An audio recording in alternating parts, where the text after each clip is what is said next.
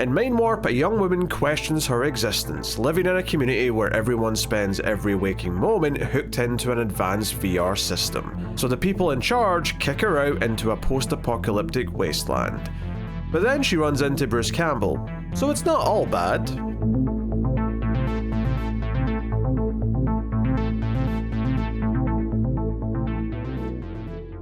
Welcome everyone to the Atomic Cinema Experiment. I am Peter, and joining me as always is David. I come in peace. This is a science fiction movie podcast, and this week we are looking at a B movie from the early 90s. Fangoria even produced this one, bizarrely. This is Mindwarp, or apparently, if you remember from its UK launch, it was called, let me just scroll up and see the UK title again, Brain Slasher was the UK title for some reason. I feel like it could be on either side of the fence, where depending on which one I heard first, I would say the other one felt very uncreative. Weird. I mean, that title's not stuck. When I bought this on sale on UK Apple Store, it was Mindwarp, so they didn't keep that name around. It was just the original VHS, I assume, is what that was labeled as. But we'll start spoiler free, of course, as we always do. We'll give you a warning before we get to the spoilers. And if you're enjoying the show, hit the like button on YouTube. Helps out a bunch if you do. Give us 5 stars on your podcast app. And you can support the show over at Patreon and get some bonus stuff as a result. And it really does help keep stuff coming. But I'll tell you more about that at the end of the episode. So, yeah, this was just an on the whim. It was like $1.99 during a sale. I went, yeah, Bruce Campbell's at it. I like Bruce Campbell, which also shout out to Bruce Campbell, who just revealed he has cancer recently. So, thoughts go out to him. But yeah, I was like, okay, sure. Angus Scrimm's in there, Phantasm fame, the tall man from Phantasm. So that's another B movie royalty, actor to get involved. Yeah, I mean, you said it up top that this was produced / made by Fangoria, which I feel like if we're going to get any amount of talent for their first film that they released under whatever film studio, it's going to be a bunch of B-movie talent. Yes. Good B-movie talent, but B-movie talent all the same. Yeah. So, yeah, that is that. And the premise is that it's set in the future of 2037, which is shockingly not that far away now. But 2037, and the only real survivors of the world, which has went to shit because the ozone layer has degraded, are living somewhere presumably underground, where they spend almost all of their time jacked into a virtual reality world. Really reminded me of something like, a little bit of Surrogates mixed with anything where people are jacked into a Matrix-style device. And that's it. Down to the fact that the connectors on the back of the neck, which was like, the Wachowskis were watching this one. They were getting some hints and tips. No one's ever going to think we've ripped off Brain Slasher. So, yes, but the main character of Judy is unhappy with just living out fake realities and desires to shake things up, do something real. So they seemingly kick her out of the in-world, as it's comes to be known, and she's put into the post-apocalyptic wasteland, where she encounters a variety of individuals. So despite the title sounding more like a cyberpunk, like VR style movie, it kind of becomes a post-apocalyptic movie for most of the runtime. So just be braced for that, I guess, because I was not expecting it. But that's Mindwarp. David, what did you think of Mindwarp?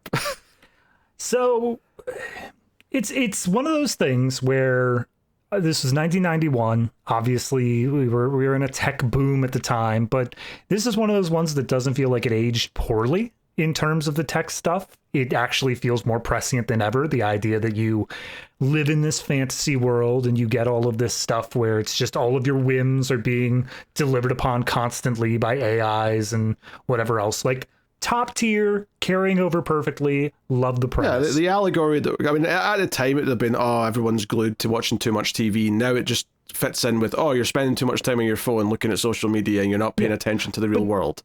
Not even that. Like, for people who interact with AI, it's that stuff of like, I can just build the perfect person to like interact with and like, I don't have to worry about the real world at all. Like, I think that that's hitting it even more prescient right now than ever before. However, as you said, it very quickly shifts. It very quickly is like, okay, well, that's the basic premise, but then we move into this outer world where essentially Mad Max. We're kind of doing a little bit of that, where it's a wasteland. I know. It's different. It's different. Hold on. That implies vehicles, right? Yes. And I feel like that's misleading the audience here a little bit. Well, here's the thing. There is one vehicle, and it is the slowest, dumbest vehicle possible, but there is one vehicle. But the reason I say basically Mad Max is because I argue that, like, yes, she goes out into the wasteland and she does this stuff and she meets Bruce Campbell, but then the movie pivots again, and we're getting a little bit spoilery at that point, so I won't reveal exactly how, but I'll say that the first bit of the VR stuff, great. The second bit, where she's meeting Bruce Campbell and we learn a little about the world, also great in a different way. Everything after the pivot, where we go to the third thing, is the slowest, most boring thing I've ever watched out of like any movie recently. It is so padded out. Like, this movie is only an hour and 36 minutes, and yet this section was dragging the entire time for me.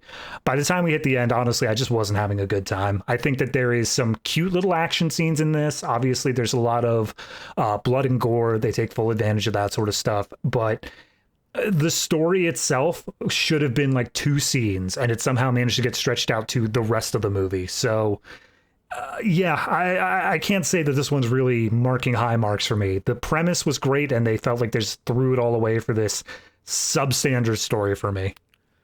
Oh yeah, it's not. And I don't know if I'd go as far to say that the second part, when she's out in the wasteland for the first time, is great. I think it is definitely still a downstep from the. Because, first I'm like, okay, we're doing this sort of thing where she's frustrated with all this virtual reality stuff, and it's got this kind of cheesy early 90s way of showing it, and it feels, it's like a mysterious guy in a chair with laser beams behind who represents like the operating system or something, and it's like, okay, right. I'm into the cheese of this. And then it becomes the post-apocalyptic movie, and I'm like, okay, this is where we save all the budget as we're just out. Apparently, we're filming this in a town called Gay, Michigan, I read on Wikipedia. So that's a place that exists. And they were forward thinking. What about it? Nah, it was named after a guy named Gay. I looked it up. I was curious. Okay. Fair enough. But it was like an old abandoned mining area in the Michigan town. Anyway, so it's like, okay, all right, we've switched to this, and this feels a bit cheaper. It feels like, okay, you're really just doing this, and the rest of it's just a framing device. And then we get to kind of like the underground stuff. I'll just say that to keep it as vague as possible. And it's just a bunch of underground sets, and it's at that point it really becomes like the worst episode of a TV show that could do this type of plot, where it's just kind of killing time. There's crappy guest stars who are monologuing.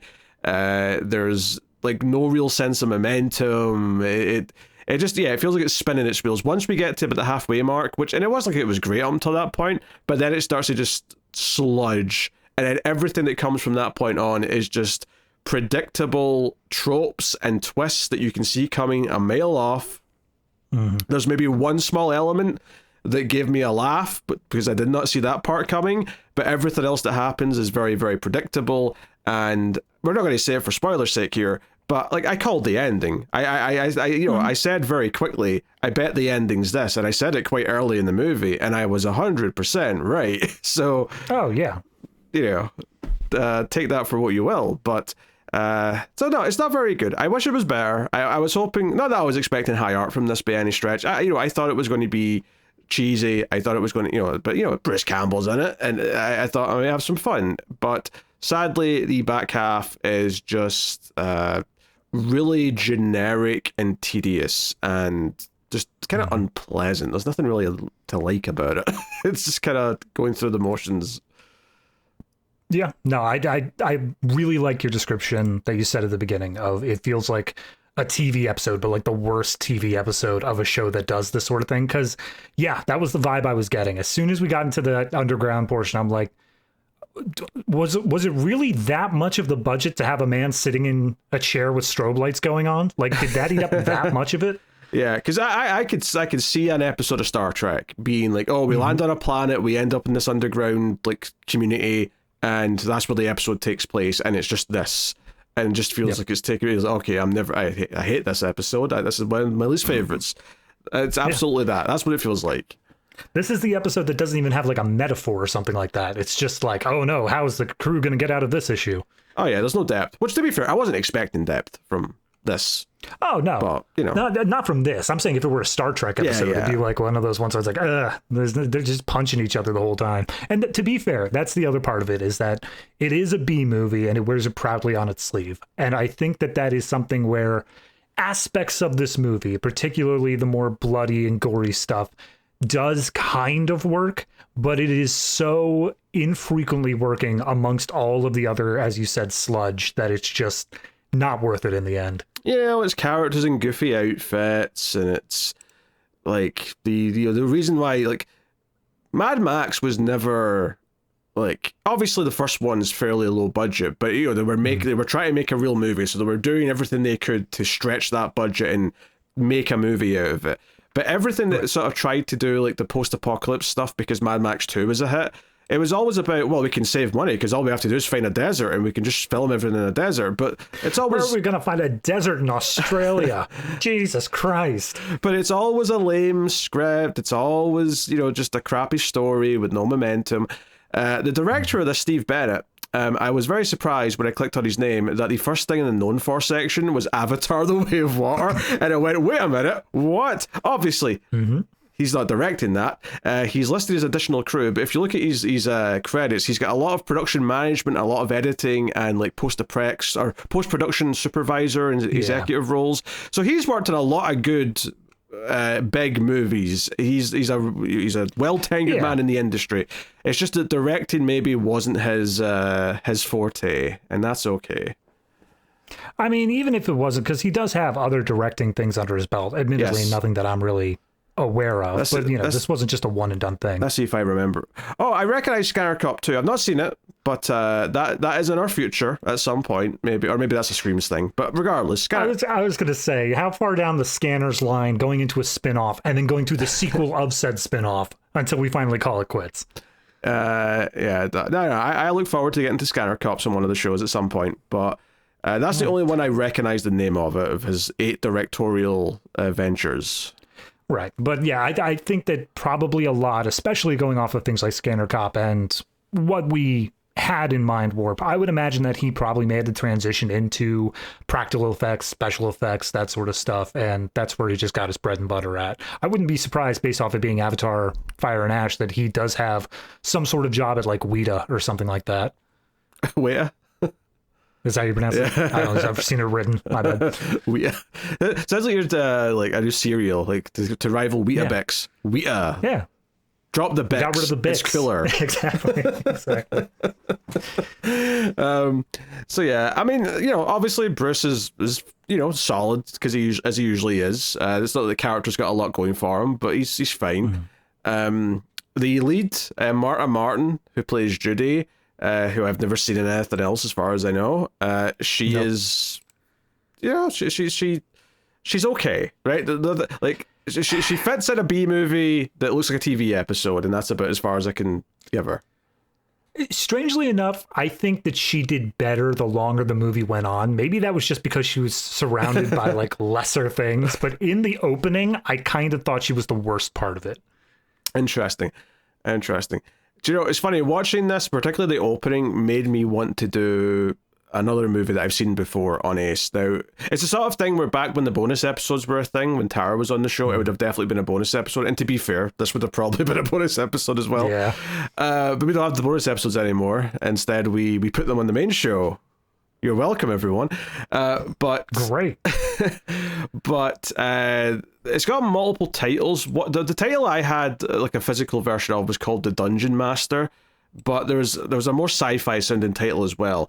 But it's basically a movie where like a computer AI like traps a person in like a series of simulated worlds and makes them go through it. It's very B movie, but it's definitely more fun than this one is. So.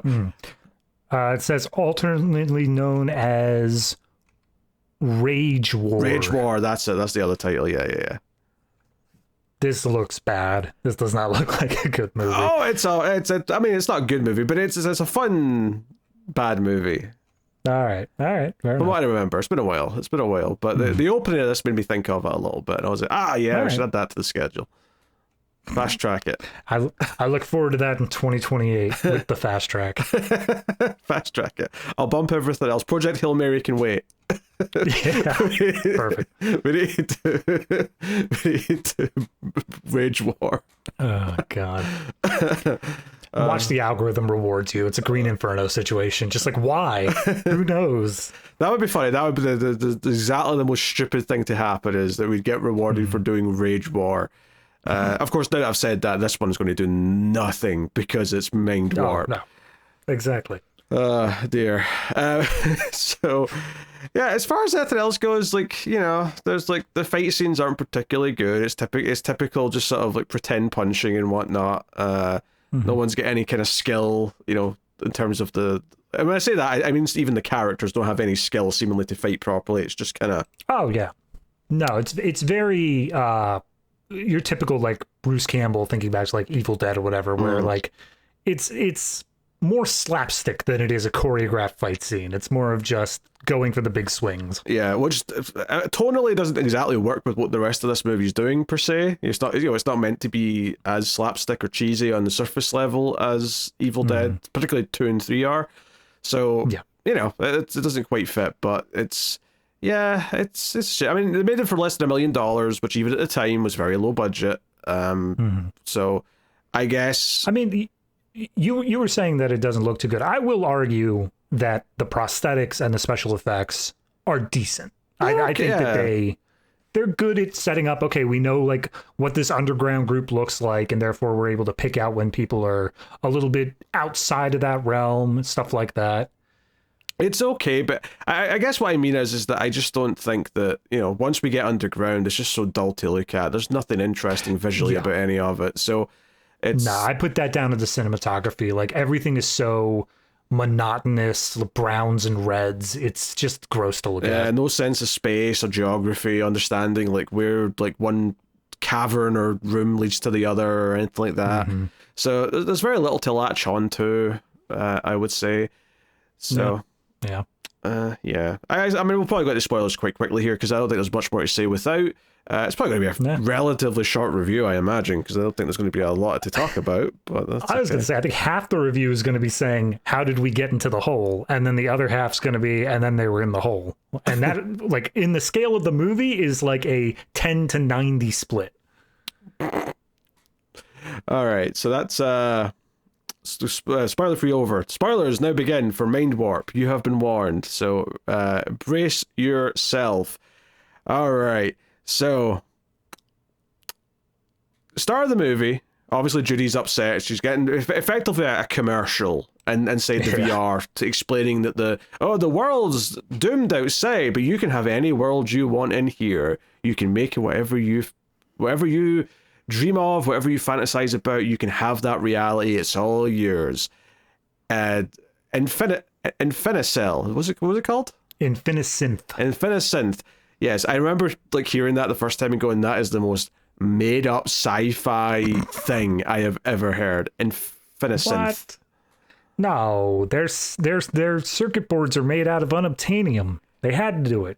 Like, I love a good bullshit sci-fi name for things, like a company or material or technology, but at least make it something that's easy to say. Infinisynth does not roll off the tongue. No, absolutely. There were several times where I felt like our main actress had trouble saying it. Like, she has to say it a few times. She's like, that's right, I'm from Infinisynth. And it's supposed to be like maybe like the most heard word she's ever had in her entire life. Right. But yeah, she's struggling. So I will argue though that they came up with a logo, which is basically just the infinity symbol with like a line through it. And that is a good, just immediately, you know, visually when it comes back up later in the movie, like, oh yeah, that was the company logo. Sure. Yeah, well, that's fair. So the big thing though is that she wakes up, she's unhappy. Because she keeps being unhappy with what she's seen in the VR, she kind of keeps talking to the operator, who chastises her for not just accepting the VR world. Yeah. And she wakes up and she's miserable. And the two main things that they get across here is, one, her dad's been gone for some time, right? They don't really know where he went, just assuming that he died. And she's like holding his old passkey, because they've all got like sort of passkeys they put in their machines when they go to use it. And it's like, okay, her dad's Angus Scrimm, and I'm like, all right, okay. And I'll be honest, at this point, I was already pretty sure. I was like, I'm pretty sure he's the guy with the headset on that's in the VR world with the lasers. Yeah. I already thought that. More than that, much later. They do a voice modulation, so it's not immediately apparent, but yeah, visually you kind of get it. Yeah, but the other thing, and this was making me think of Surrogates a little bit, is bad, and that movie's terrible. That movie, this is better than Surrogates. Let me make that clear. Mindwarp is a better movie than Surrogates. But the thing that made me think of that is that when the mum wakes up and the Judy's like, oh, hey, can we just have a real conversation, and not be in the VR thing? It's like, a real conversation? Duh, Judy, you're crazy. Eat your green slop that gives you all your nutrients, and let's go back into the VR world. Yep. So. Honestly, it did feel like it was pulling quite a bit from Soylent Green. There was quite a bit in here where it's like, oh yeah, the big giant like screens for your like end of life scenario or whatever happened in that movie. Yeah, no, I think there's definitely some Soylent Green. I mean, their food is literally just this green paste. So yeah, absolutely. I can't imagine that's not an accident. They also have like a proto Roomba that's going around that she just absolutely assaults. Yeah, she just picks up and throws it against the wall because she's pissed off at technology around her. But yeah, now I don't know if they would say it's a homage to things like Soylent Green or if they're just more ripping it off. It's hard to tell with a movie of this caliber, but regardless, those elements are there. So the dog is so frustrated that she basically somehow, when she's in VR, invades her mother's VR, who's at she's singing on stage at an opera in her reality right now. And because she pushes her, trying to wake her up and say, get out of the, wake up, mother, get out of the dream world, let's have a real day together. This apparently kills her when she gets woken up. The mother's lying there in the chair with just blood pouring from her. Oh, you get killed in the Matrix, you die in the real world.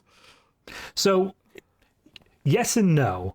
In that's what the movie somewhat presents. But there's also the middle bit here where after she pushes her and the mom does appear to die in the dream, that's where the systems operator comes back in and it's just okay, so what you just did there was invaded someone else's dream and that's never supposed to happen. So fair enough. If you want out, I'll give you an out. You're free. Get out of here. And that's when she wakes up and sees her mother is dead in the chair. And in my thought process, that was, the most obvious thing is any of this happening? Did we ever leave the dream? Any of that stuff. That's obviously what we're getting to, is that this entire movie plot is going to just be another VR reality at the end. But yeah. But then assuming that they didn't do that, my secondary was the sysop is going to be the villain of the movie, and therefore this is him just okay, you don't want to be a part of this, I'm killing your family, screw you. No, I kind of read it as she killed her mother by interfering in her dream. Not that it matters, because neither one it's not relevant, because it doesn't matter past this. Right. But that's how I read it in the moment. She gets bagged up and drugged, and she wakes up in the desert, comes out of her bag, which is just very shallow underground. She's just a little bit of dirt on top of her, and she comes out, and there's crucifixes with skeletons on them, and it's the wasteland, and that's when I'm oh, we're just going to be spending this movie in a desert. And then halfway through the movie, I was I wish we were back in the desert. Yeah, exactly. It's so much brighter and nicer to look at. Oh, dear. So, yeah, Bruce Campbell's a kind of sort of lone wolf, raider. And because of radiation from the sun, when it's at peak, it's not safe to be exposed. So he's covered in goggles and clothes and rags and all the rest of it. But we get our first glimpse of crawlers, who are these cannibals that unless were these different from the crawlers? Were these just a separate group that were cannibals? Honestly, I was unclear on this. Same. From what I gathered from the movie's lore is that there's the crawlers that are underground, and I think those are crawlers. Yes. But then there's other people who are infected by the radiation or whatnot, and they're just up on land. And maybe they don't call themselves crawlers, but they look the same. They're functionally identical. Yeah, they maybe could have done a better job of distinguishing them in the makeup or how they dress or something. I don't know. But they seem to help her when she gets in a spot of trouble with quicksand, but then immediately grab her, gag her, and put her in the back of their very slow tractor that they're driving around the wasteland. So, but don't worry, Bruce Campbell's been watching through his little telescope. and he's got a crossbow, and he ain't afraid to use it. So he comes swooping in, and somewhat saves the day. She actually runs from him at first because she thinks he's one of them, but he's when she gets captured, the one guy takes off his mask, and we see he's like horrifically disfigured and all this stuff. And then as Bruce Campbell is saving her, he's completely covered head to toe, but in similar garb. So she's running away thinking he's another monster, but then he takes off, and wouldn't you know, that chiseled jawline just immediately gets her. If chins could kill, as he puts it himself. He doesn't look like the most competent fighter. In fact, he runs up with his sword and immediately gets hit out of his hand into like this little frozen bit of water. Well, it's not frozen, but you know what I mean? It's like ice sort of floating on top of it. Slush and ice, yeah. Yeah. And then he has to sort of fight his way back there, and he eventually wins, but it's not like... You get a sense in this scene, okay, this is the level of action we're dealing with. We're not going to be like thrilled with how the fights play out. John Wick, this is not. No. But to be fair, at this point, I'm fine with that. As we get to the end of this sequence, it's been a good 5-10 minutes here. I have gotten over the fact, okay, we're not dealing with what I was promised with the title Mindwarp, with all this technological AI, whatever or another. Fine, we're doing a wasteland thing. And as a wasteland thing, I think it's good. I think it's doing it perfectly fine. It feels like this is a barren area. They do a good job of selling that. I'm sold on the wasteland aspect. Yeah, I just don't think the storytelling's like that compelling. No. You know, it's not like, you know, I'm not drawn in. It's not like, oh, he seems mysterious, so I want to know more. It just kind of feels like it's doing beats from other movies, right? He looks a little bit like a Tusken from Star Wars. We're doing a little bit of Mad Max with these Raider characters who just want to get... I was even thinking about A Boy and His Dog a little bit of like, oh, a woman will take her, a healthy woman to take back with us. Have you seen A Boy and His Dog? I have not. Okay. Well, you got that to look I think I forward get the to. gist of it, though, yeah. Yeah. So it's like, okay. And then honestly, where the movie really started to lose me is like right after this, where like he takes her back to like his cabin, and he's like got food for her, and he's like, hey, you have to wash down because the chemicals and the radiation and whatnot. I'm like, I don't think washing's going to take care of the radiation, but yeah, all right. I mean, keeping it on your skin is worse. I'd rather wash down than not. So yeah, they do that whole thing, and he sees the back of her neck. He's like, oh, you're an in-worlder. And she's like, an in-worlder? That's the bit about this movie that got me, is I guess it's more realistic when you have these cultures that don't interact with each other, but I would much have rather there just be one word that is used by the culture, so that way I wasn't having to readapt because he says you're an in-worlder. Then we go to a different one and it's like, oh, you're one of the dreamers, and it's like, just pick a term, do your thing and pick a term. Yeah, it does make sense though, because like he wouldn't use the same terms as this underground culture that's separate. Right. But you know, regardless, you know, he kind of, I think, is looking at her like, oh, a woman, like, you know, maybe I'll get it. But obviously he isn't rush her or anything. He teaches her the next couple of days, like, hey, look at around here. And what got me, and part of what I thought was really inconsistent with the character here, is that Judy, when she kind of starts opening up about stuff, when she's talking to him and it's like kind of near sunset, she straight up says, yeah, like, I'm from, you know, whatever the in-world is called, and I didn't know it'd be like this. I would go back if I could, but then, like, you know, 2 minutes later, she's like, oh, it could be quite beautiful out here, though. Look at the way the sun's... And I'm like, are you happy you're outside or are you not? I'm getting very conflicting, like, messages. It's not flowing in, like, a nice way, you know?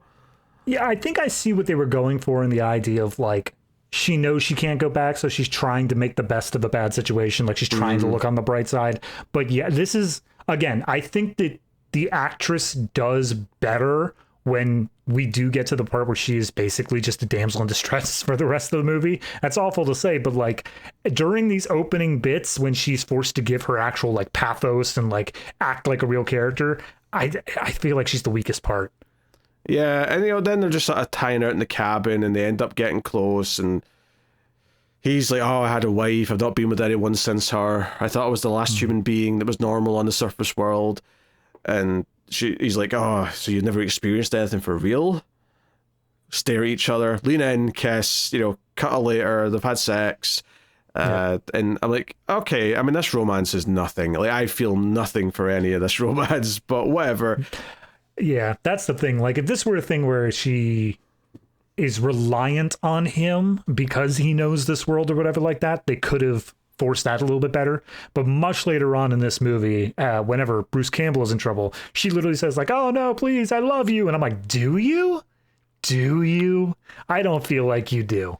I think this was the thing. See, if there was a fun plot happening and then we had this kind of like heart-to-heart and love-making scene, and it was just the same quality, but I was enjoying the movie's plot otherwise, I'd be like, yeah, fine, this is just like to sort of signal we're like, you know, they care about each other now, we're in the third act.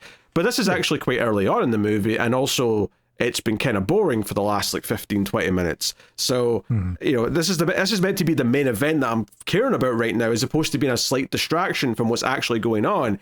And the actual plot of the movie, as much as, yeah, okay, her going out into the wasteland is the plot of the movie, once it happens, there's no real sense of direction. It's just kind of like slowly learning not particularly interesting details about it. So the actual plot, once it gets into it, is that crawlers show up and kidnap both of them and drag them down into their underground set of tunnels where all the crawlers are, and they're digging for old technology and scraps of whatever from the previous world. And they get separated. She's taken to some woman and her assistant to do something, and he's taken to like the mines to go looking for junk, and he's doing that. And that's kind of like where they're set up, and then we start doing all the other stuff. Yeah. Look, I know sci-fi is a broad term. I know that it can cover all sorts of things here. But if it weren't for the fact that they were digging for stuff from the previous world, this entire section is just a fantasy movie. They got kidnapped by trolls, they're down in the troll dungeon, and they're forced to work with the wizard. Like, that's all this section here is. And it's just boring to me. I mean, there's other post-apocalyptic stories that effectively have the same thing, you know. Hell, even one of the Planet of the Apes kind of has a underground person thing going on. Yeah. No, but like I always appreciate those with the ideas of how it feels naturally integrated, how they explain that things got to here. I know which Planet of the Apes you're talking about, and it feels like, yes, it's kind of from left field, but it is still very much a consequence of the actions taken. This one, they say, okay, the sun has deadly rays and everyone has to go underground, or like a huge portion of people went underground. I'm fine with that. That's all good with me. But the style that they're doing it in, the way that it visually looks, the way that like everyone else is deformed, it doesn't feel like this is an underground group of people that like have been there ever since the ozone layer went away. It feels like this is a bunch of troll people that like, how did they get disfigured like this? Why do they have this set of beliefs? Troll people. Well, no, they kind of explained that a little bit. One, I don't think they were down here to begin with. I think they were up on the surface to start with, and that's why they're like this. That combined with the leech sickness, which gets introduced later.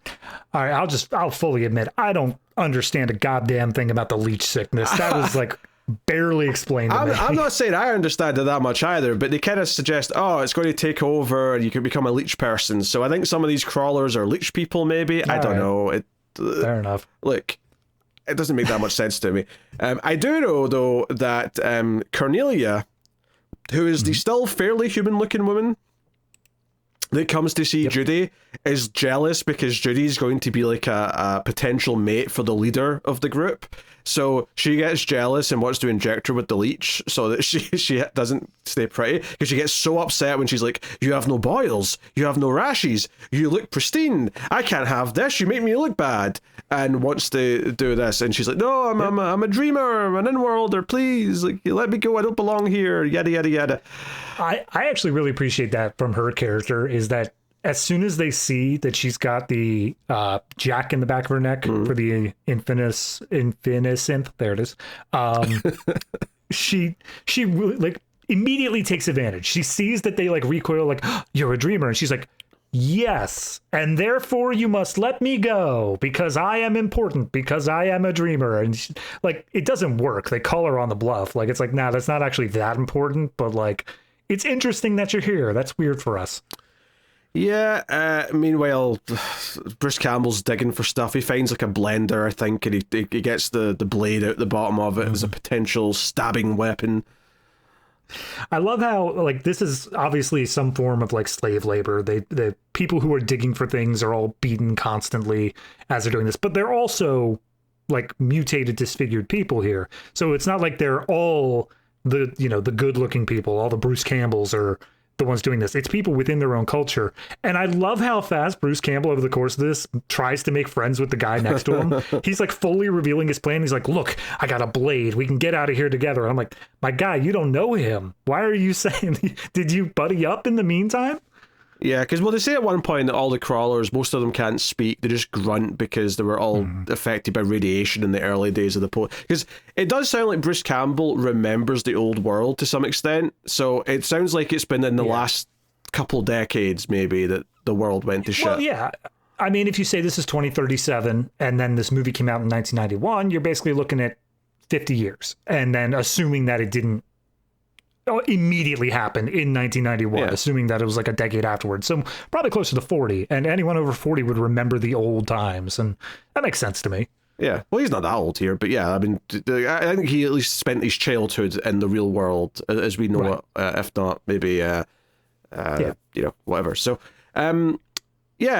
so then we get the leader who's wearing a mask, but it's clearly her father the entire time, which is the most just predictable, like just, the world's so small, the leader of the crawlers is the father, and basically because he is a normal human who still can think, he's manipulating them all. He's like, I give them these religious ceremonies and it's what they look forward to, and we'll do this and we'll do that, and they do a whole thing where because the other girl, Claude, who works for Cornelia, who's silent, because she tried to help her a little bit, like, we're going to punish her, and they do a little ceremony, but the ceremony is basically, we'll say a couple of words, and then we're throwing her in this custom-made grinder / juicer, which will then pour her blood and mushed up solids into just a red liquid that will come out into a bathtub, and then all the crawlers use skulls as mugs, and they just mug it up and just gulp, gulp, gulp.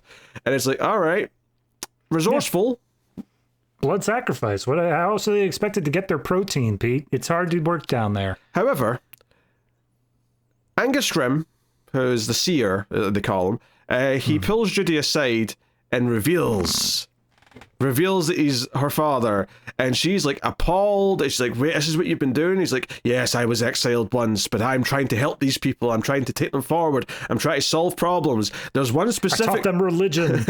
There's one specific problem that I think we'll be able to solve that will do really well in the long run. What's that, father? Me and you, we're unaffected. We don't have all the mutations. We're pure stock. Our offspring can lead the future of these people, and their offspring after them. So within minutes of revealing that he is her father, he's like, I want to put my seed in you, daughter, so that we can create real human beings, because I've tried impregnating the mutated ladies, and the babies keep coming out weird. Like, look at this one I've got in a bowl over here. It's just not working. You say that like it's a joke, but yeah, that happens. It is. Okay, so just to go back briefly here. Of course, as soon as he showed up, I'm like, oh, okay, that's Angus Scrimm. That's the father. Yeah. We've already seen him on the little press card thing. Like, obviously, that's him. However, obviously, by this point, we also had figured out, this is all potentially still in the computer simulation. This is all fake to begin with. And considering she didn't recognize Angus Scrimm as the sysop, I was thinking maybe they're going to do a thing where, like, she may, like, kind of recognize the seer as her father, but then it turns out it's not supposed to be, and, like, that's how she starts unraveling this whole thing of actually being a computer simulation. Okay. Can I just make something clear here? You're saying we've figured out it's probably still in the computer world. The movie doesn't hint at that at any point. No. This is just something that we thought of because it's obviously a twist they can pull at the end. Right, absolutely. But that's I was, before he said, yes, of course I have your father, I was like, is this going to be a thing that's going to, like, do the reveal? Where it's like, oh, maybe this isn't as real and she's still trapped in the simulation. Maybe we'll still actually get back to something that I liked about this movie. The answer is no. However, going back to your main point you were making there, this dude, like, I understand his desperation if the only thing he's trying to do is further his bloodline. But my guy, you have a bloodline. It's your daughter. She's here. And Bruce Campbell seems relatively unaffected himself. So you can continue the bloodline without you being creepy. Here's the problem, though, with that, David. There's one problem in that plan. In that plan, Daddy doesn't get to unleash his load. Right? That's the problem. Because here's the thing. When he starts saying this and she's realizing what he says, she's like, no, Father, no. He starts leaning in for a kiss. And I'm like, wait a minute. Okay, if you want to argue that you need to procreate with your daughter, right? That obviously off the wall. But if you're going to argue it's for scientific and moral human advancing, we have to protect the human race and continue it reasons, why do you have to kiss? You don't need to do foreplay. Oh, he was just being kind. He's a gentleman like that. But he's leaning in. He's like, oh, give Daddy some tongue. That's what he's thinking. As we didn't previously know, the Wasteland's actually located in the deep south of Alabama. Which, by the way, the fact that this all turns out to be in the virtual reality and that her father is the overlord in the computer world, he's the one that's written this story, so it still actually came from her real father. What this plan was, he wrote that. Okay, all right. So we need to double triple down because the ending actually puts even that into question. But we'll get there. Okay. So yeah, she continues to fight against it. Meanwhile, this entire time, Bruce Campbell has been either in slave labor or he uses the blade to finally break free, and he starts running through these tunnels trying to find her. He's got a stick, and then they catch him and they put him in like a leech water thing, so he'll get infected with leeches. There's like 4 or 5 scenes of him just dodging guards and getting into fights or whatever. But ultimately, he gets leeched. And again, I don't understand what the leeching does. Because they say it. They say it's like, oh, it'll mess with your mind. But I'm like, how?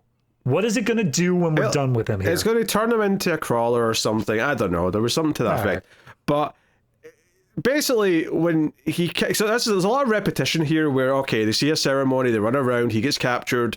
She gets captured again because she runs around, right? When Angus Scrimm gets to her again, and he basically just doubles down and says, seriously, think about it. This is the only way forward. And he starts leaning in for... I popped the pill a few hours ago. It's about time. And he starts leaning in for a kiss again. It's Cornelia who runs in and stabs him in the back with the leech syringe. As if, she's so jealous that she's going to, infect him out of just rage. And then, our main character Judy goes and gets Bruce Campbell out of the leech thing, sort of drags him away and tries to scrape leeches off of his skin.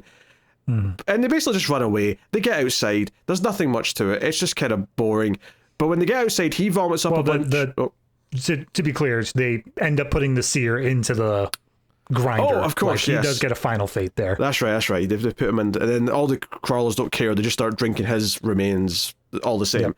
But when they get outside, Bruce Campbell coughs up a bunch of blood and leeches, and it goes all over her, and he's gone kind of crazy now, where he's like, no, we have to go back down there. Yeah, we belong with them. Before they run, she's like, the entire rest of the group, as they're drinking the blood, all the crawlers hold up the cups, and then Bruce Campbell's like putting the weird leather face mask on top of her, and she's like, what are you doing? He's like, we have to stay. That's right. That's what they run out. And then, okay, sorry, I got that mixed around a little bit. He has his turn where he's clearly his mind's going, where they're still down there, and then she runs away from him, and he chases her up to the surface. That's right. Yep. And then he coughs up a bunch of stuff.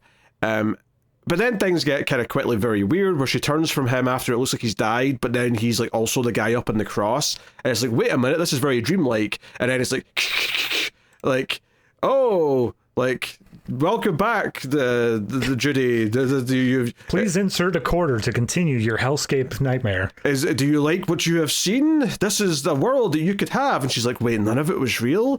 Is that what the world's really like outside? And he's like, I don't know. I've never been there. I love that. I love that. And the Sysop comes back and she's like, is that what it's really like? And he's like, but like, it could be.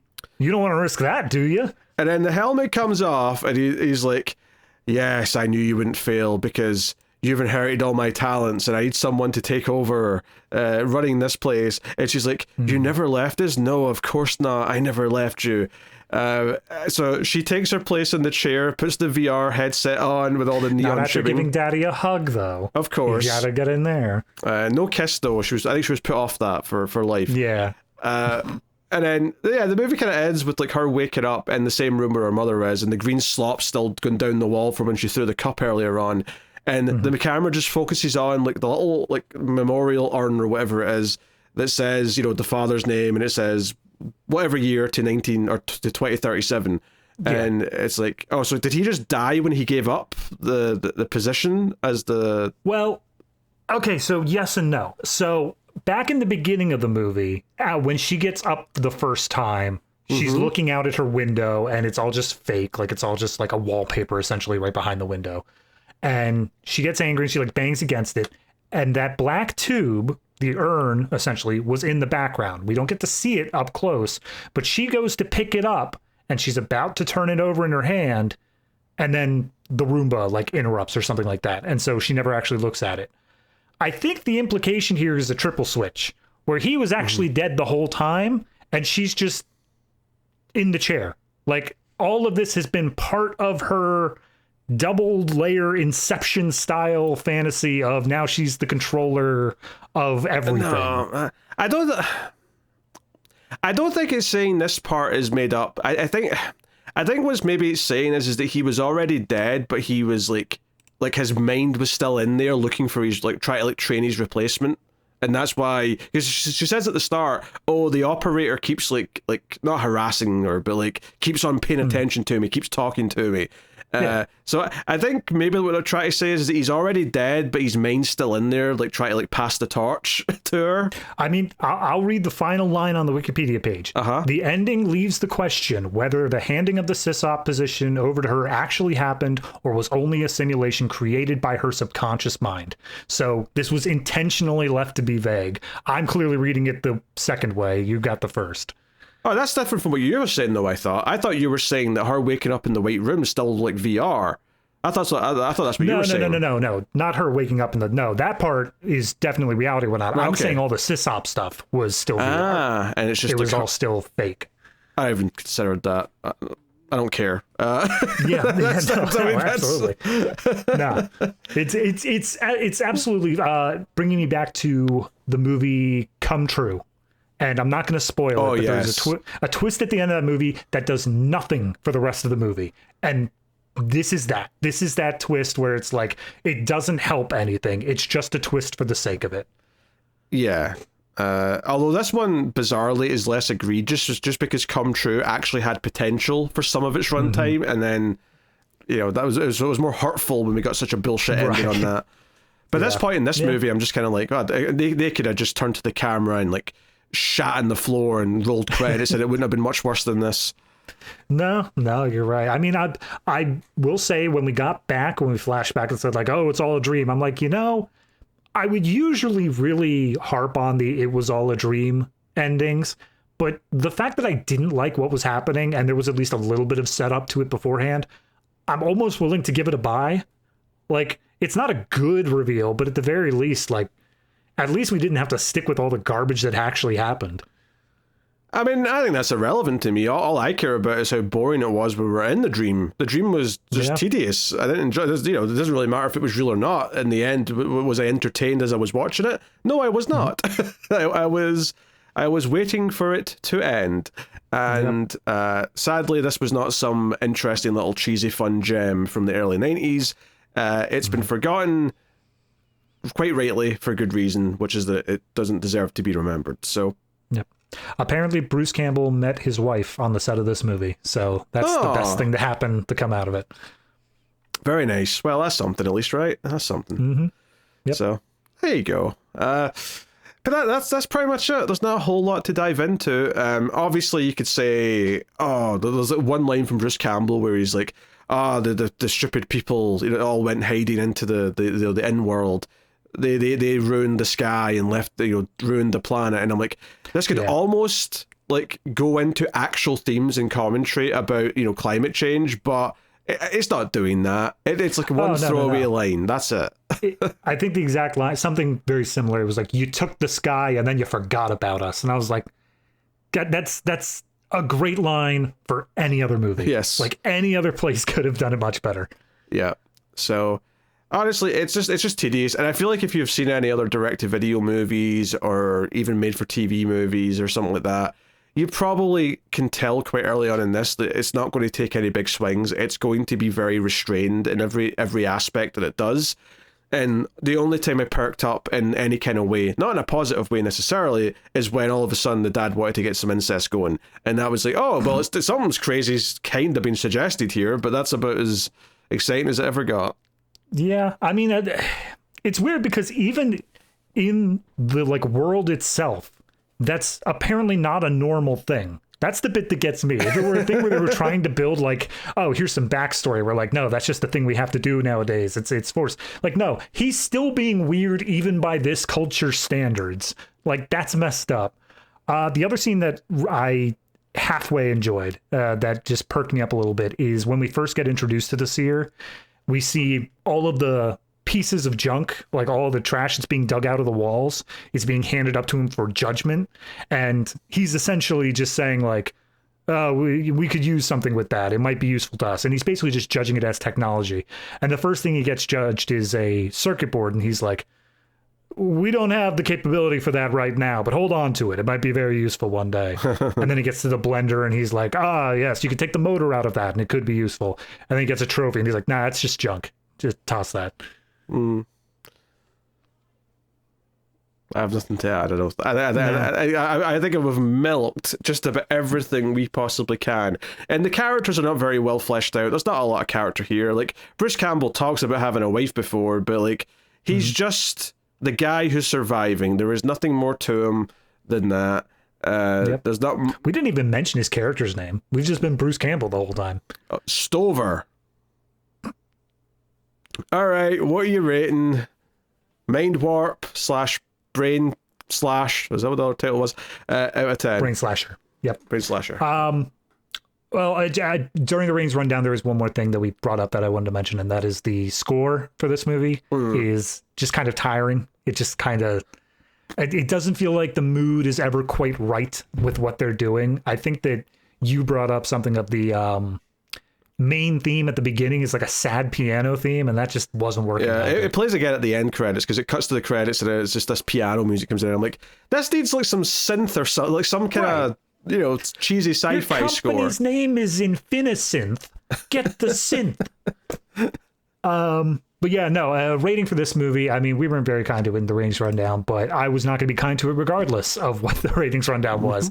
I still think there is a little bit here that is not good, but it's not like this is the worst kind of thing we've ever seen. There is at least a neutral quality to it. So I think I'm going to be settling in at a 4, but it could, we've seen like 3s and 2s on this show as well. Like, it's not as bad as it could have been.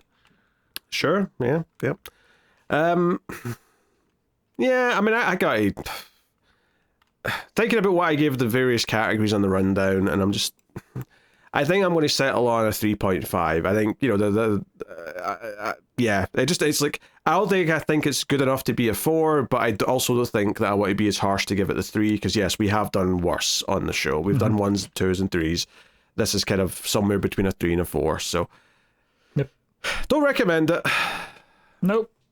Was it worth that? What did you say, $1.99? Yeah, $1.99 was the price. Not really. I like, but it's cheap enough that I don't regret it for the sake of the discovery of it, right?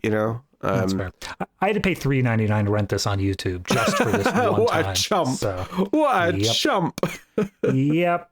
You can, of course, support the Atomic Cinema Experiment on Patreon or via YouTube membership and get access to the ratings rundown for each episode. We do that for Collector's Cut or other movie podcasts as well. Check that out. You get access on Patreon to Extra Reels, our monthly show where we review some of the worst movies ever made. This movie wouldn't have been out of place on it. It's a little bit better than a lot of the stuff on there, but, it wouldn't have been out of the realm. I think this one could get on by a vote. I don't think we'd put it there ourselves. That's fair. That's fair. So, and it would be one of the lesser interesting ones, to be fair, as well. Like, we've definitely done more interesting bad movies on Extra Reels. Oh yeah, no, it gets great once we just like start hating ourselves halfway through. Those are the best episodes. Oh yes, I love it. I love it, to quote Frank Drebin. Naked Gun 2.5. But yes, so thanks to everyone who already supports us. It does help and goes a long way to keeping the show coming. So thank you very much. But yes, every week on the show, David goes back and watches a movie from before he joined the Atomic Cinema Experiment. So David, why don't you tell everyone what this week's homework movie was? Well, for absolutely no reason, and definitely not the episode coming up right after Project Hail Mary, I decided to watch Mothra. Yes. Why did you say that name? I don't know how to put it. That was his mother's name. So question to you. Obviously, this has been several years now, so I don't know if you even remember. What version of Mothra did you and Tara watch? Was it the American or the Japanese? Most certainly Japanese, I think. Japanese? Okay. I had such a hard time finding the Japanese version. Like, I got there eventually, but everywhere I was going to was just, here's the dub, here's the dub, here's the dub, which apparently cuts out 10 minutes as well. So I was really trying to find the Japanese version. I got it in the end, but it was an effort, and I wanted to make sure it wasn't all for naught. So...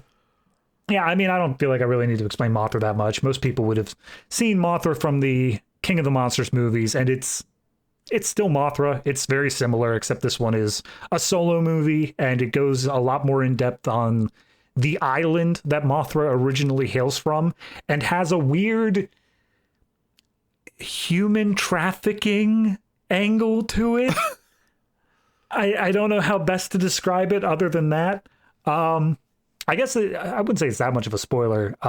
Something that's known about Mothra is the idea that there's like twin girls. Yes. That's always a thing that's associated with Mothra.